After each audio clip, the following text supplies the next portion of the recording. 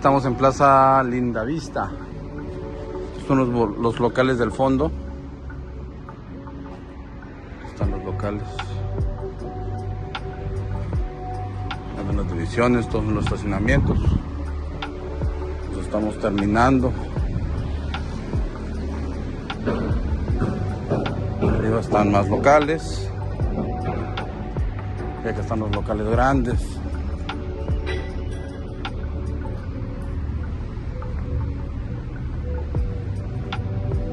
A verlos.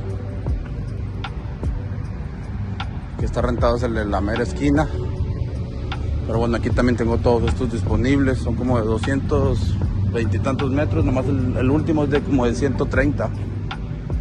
Entonces ya tienen doble altura.